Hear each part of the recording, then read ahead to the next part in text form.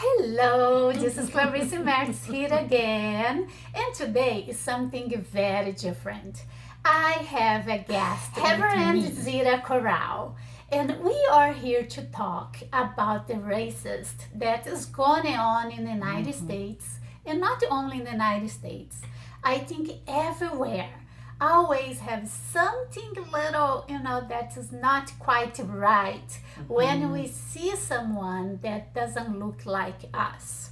So, thank you for being here, Zita.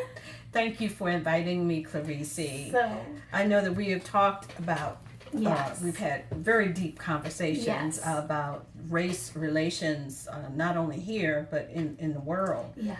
and very wonderful philosophical questions. And I'm very thankful that I can talk to you honestly about it. So, thanks for having me. This is our opportunity because it's impossible not to think about what's going on, and in reality is we all are getting hurt. Doesn't matter which color we are. Yes. So I think no one has the answer, but I think one way is let's start to talk about and Yes. see what maybe can be done. Yes. Yes. So how you feel like this? I feel good, and I'm very comfortable because one of the things that I've shared with you and with others, I want honesty. I want to. We all talk about let's have a conversation, but I want honesty. I want full disclosure, honesty. For example, if I say to you, Clarice, the police stopped me on my way here, and they were rough with me and they spoke with me in a very disrespectful manner. It's possible that you or a person of Anglo descent or a white person would say, oh, that happened to me too. And that's very disheartening for me because what I'm hearing you say is, it didn't just happen to you. You're not the only You're one. not the only one. But the reality for me as a person of color is I have the great possibility I could get hurt, harmed, or even killed when being stopped by a police officer. And I want to hear that from the white community that yes, we acknowledge it. Not that they take blame, not that we're pointing fingers, but I would love to hear someone say, yeah, that's right, that does happen. It does happen. And what can we do about it? And work from there. But to me, it's the equivalent of saying, okay, yeah, you got raped, but you kind of deserved it. I know. So it's very disheartening. Okay. What I think is this situation not only is hurting the black community, but it's hurting the white too. Because in the case of this policeman that shoot a guy on Minnesota, I mean, his life is destroyed. Yes. And what I think is like this is a war that no one is winning. And you're exactly right. It is a war. And a silent war. It is a silent war. And it's based on fear. Yes. The police officers are terrified. Yes. They're terrified. But also the person of color, we're terrified of them. So now everybody's terrified of everybody and we don't trust anyone and we don't even have an answer. We're too afraid to be real enough to start a good, honest conversation to say, okay, let's do something. Yes. And yes, this is what I feel. I feel white people are scared of black people, and black people are scared of us white. Yes. And fear. When fear comes, the love goes. And you're right, because if I'm fearful of you, I'm not in a place of love. Yes. If I'm fearful of you, I'm waiting for your next move so I can make my next move, and then you're looking at me to say, well, you're going to make your next move. Yeah, so let me defend myself. Yes, Because and I am in danger. Yes, and your walls go up. Yes. And that's not good. I mean, that's not good. And you know, we've even talked about guns in the community, and I agree with you. Guns is it's not about the guns. Yeah. Even though I have to go on record of saying I don't believe assault rifles need to be in an open community. I really don't. But it's the people who have the guns that do the harm. Yes. Yes. Okay. Yes. And that has to be addressed in some way. But I don't have the answer. But I do know that talking openly and honestly. Yes, I think one beginning, let's say it this way, one beginning is start to talk, start to pay attention how you feel, white and black. You know, we need to be aware of your feelings. You know that I was in the seminary and I was the only white person over there.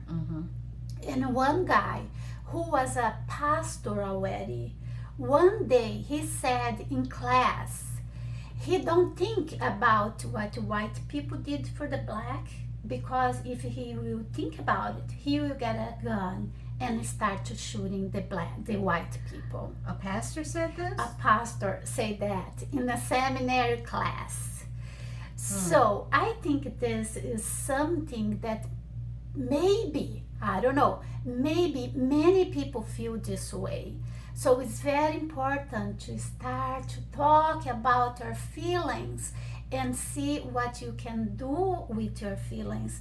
For this doesn't happen. This cannot happen. Someone, black or white, get a gun and start to shoot. And to say that, even though that he was being honest. Yes. First of all, I want to say, as a person of color and being in ministry, I profoundly apologize for that person. I'll do it on his behalf, because even though it was hurtful, even though it was his truth, and unfortunately, he did not express it in the most positive of ways. And that's another thing that we have to come to, how we express ourselves. Yes, and another thing, he said, I don't want to think about it. You know, is the denial, I think, is. It is we denial. We need to think about it. We need to think about our emotion, our feelings, and express in a right way to start to heal. We need healing, black and white. We need healing. We do, because it's good to express it. It is good to express it, but I think where we do each other an injustice in expressing it is we leave it there instead of saying, okay, why do you feel this way? And listen. Yes. Listen, because even though I may not agree with your reasoning, at least you feel heard. Yes. And I think for the black community, and I think we just don't feel we're heard. I think that's, if I had to put my finger on just one of the many holes, it would be where we don't feel heard. We don't feel validated. We don't feel that what we have to say has value. And folks don't believe us. And let me ask you one question. Do you think the black community is saying, like, they are expressing themselves, but they are not being heard? I think there are pros and cons to that. Yes, they are expressing themselves, but they're not being heard because they're in the news media will concentrate on things like groups like Black Lives Matter, who they're doing a phenomenal job. And what they're saying is, hey, we matter. We just want you to hear us. We matter. I think that in the church communities, I think they're talking about these things, but do I feel that we are expressing it? Yes. Okay. I do.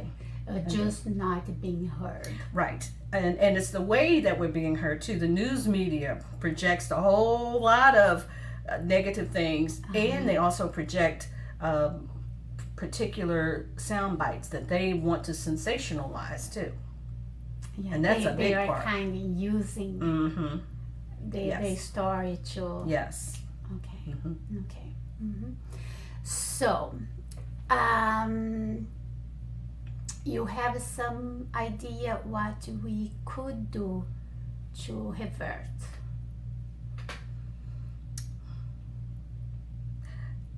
I just think starting to talk honestly is one of the biggest things, but taking it one step further and really listening to reasons in a safe environment.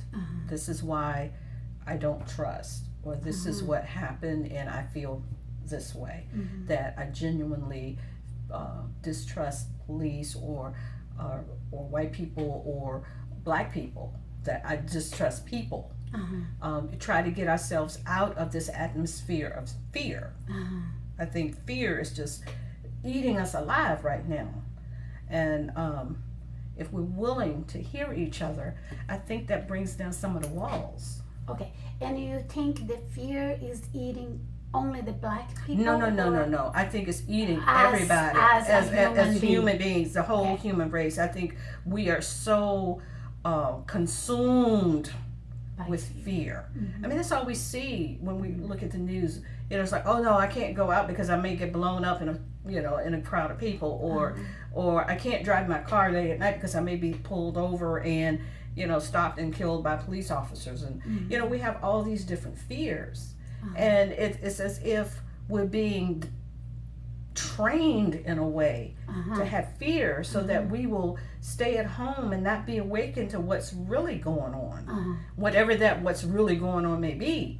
But as long as we stay at each other, me pointing at you, you pointing at me, Yes. we don't get anything resolved. Yes. And the rich keep getting richer. Yes.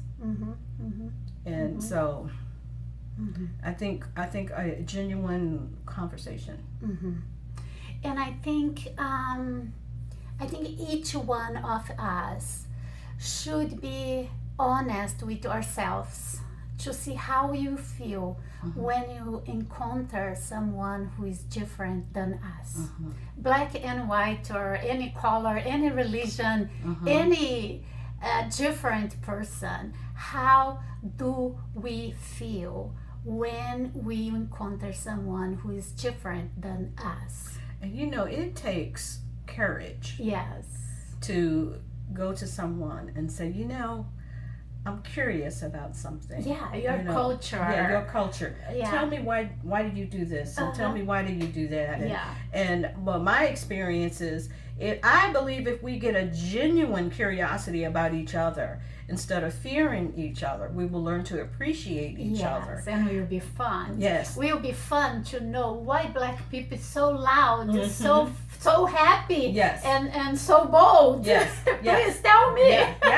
Yeah. And I'd like to know, how is it that white women can change their hair color to purple, pink, and blue like seemingly overnight? What do you do? How do you do that? So What is the secret? Yeah, what's the secret to it? Yeah. And some of the traditions, but it takes courage because we're so afraid of each other. Yes. I mean, we really, really are. And standing with the potential of a barrel of a gun. And I think we cannot wait for some power outside of us to help us. The law is made. We are all alike and we have the same rights. Now it's up to us to be honest. And it's each one of us that will make the difference. Is you, I, Zita, that can finish with this war. Is nobody else. It's not the government. It's not the police. It's not one power outside of us. Is each one of us. And it's up to each one to be the change. If we want to see some change in this world, we have to start with ourselves. We got to start at home. I mean, I have to start being able to drive down the street and see a police patrol car in my rearview mirror and not. Well, this is scary about white people too. Well, I Please don't understand that. don't drive behind me because No, but I do understand what you're saying. But let's use that. no, but for me it would be a ticket. I'm Right. very scared that you will do Right. something wrong, that he will But give me a ticket. Now, I'm going to use this right here, this exchange that we just had, as an example. Because for me, driving down the street as a person of color, I see a police officer behind me. I may get pulled over. I'm thinking I may be killed. You're thinking I may get a ticket. Yes, it's very different. It's very different. Yeah. And we really need to understand each other, where we're coming from. And just to get a ticket is frightening. I It don't is- want to get It is very, I don't, Yeah, yeah. you can imagine if I am thinking the police behind me can kill me. Yeah. I The mean, ticket, there's the ticket, no the ticket is, comparison. the ticket is Oh, nothing. It's a gift. The ticket is a Right. gift. Or maybe he just wants to tell me, hey, did you know your tail light is out? But my fear meter is going to go Yes. way up, because I'm thinking, oh my God, Yeah. Now what? now what? What do I have to do? What can I do? And it's a real, serious. it's serious. This is And serious. we've all and I know it's repetitious, but we are all filled with fear. And to be honest, I didn't know that. Yeah. I did know that a black person, when the police drive behind them, they are afraid of their own life. We are. This is very. It's sad. Whew, this is more than sad. This is. I don't even have a word. No. And my gosh. So and that this gives me hope. And it seems to be a very small thing, but because we are sitting here having this conversation, and I'm able to get you to see what I see, oh my God, it gives me hope that this can be a start of change, because you will share your knowledge now with people. And I can share my knowledge that, there are white people out here that don't even know this. Yes, So, probably, yes. because I did know. Yeah. And how long you have been friends? I know. I mean, Yeah. 15 years? Yes. And we never talk about this. We Never. talk about everything. But because we're friends, we just Yeah. talk, And by the way, she's black and white. I don't know Yes. if you noticed that. And we never really saw that. I mean, the only difference I saw with you, Clarice, in all honesty, that you were from Brazil. And I got excited because I felt like, she can teach me how to be a real woman, real feminine, real gentle, dress really well, be bringing my soft feminine nature. And also, I think that you're just so wonderfully powerful in your faith and your belief and the way you express it. And I think it's likewise on my part from you. So we have a mutual respect for each other. And I think but there's also a trust level with us. Yes, and coming from Brazil, it's a little racist in Brazil, but in Brazil it's more about social, economic. So if you have money, it doesn't matter which color you are. So I come from this culture. So to accept you as a friend being black, to me is okay. Right. You know, because black and white in Brazil, actually in Brazil, most of people are more dark skin than my color. I am my parents are from German, so I'm not a really Brazilian. Right. I'm just born in Brazil. Right. But so to me, be your friend, to me wasn't a big deal because I don't come from this culture that white and black needs to be separate. In Brazil, it's more like rich and poor needs to be separate. And we do have that here as well, that division between socio-economical levels. But the truth of the matter is, predominantly, you have white that are that way. rich. So that Yes, are rich. of You know course, that yes. 1% or 3% or how many Yes. percent it is. Yeah, because white never was a slave. Exactly. And they have money since the beginning. Exactly. And we need to stop with this. We need to finish with this war that no one is winning. It's only pain. It's pain for the white, it's pain for the black. Please, let's do something. let's do something different. Yeah. But let's do something real. Yes. Let's yes. do it real and let's heal. Let's heal each Yes. other. Felicia, thank you so much for having me. And welcome. hey, and what I always say on the show, smile because somebody may need it. So for today is the end of our conversation, and I really hope that you over there, black or white, start to think deeply how you feel about someone different of you. And start to question yourself why you feel this way. Every way we feel is okay. But when you have a negative feeling, we need to try to see why and understand and make changes. That's right. Okay, so see you next Thursday. Subscribe to my channel. Bye. Give me a like and bye. Bye. Thank you, Zira, very much. Thank you. Bye.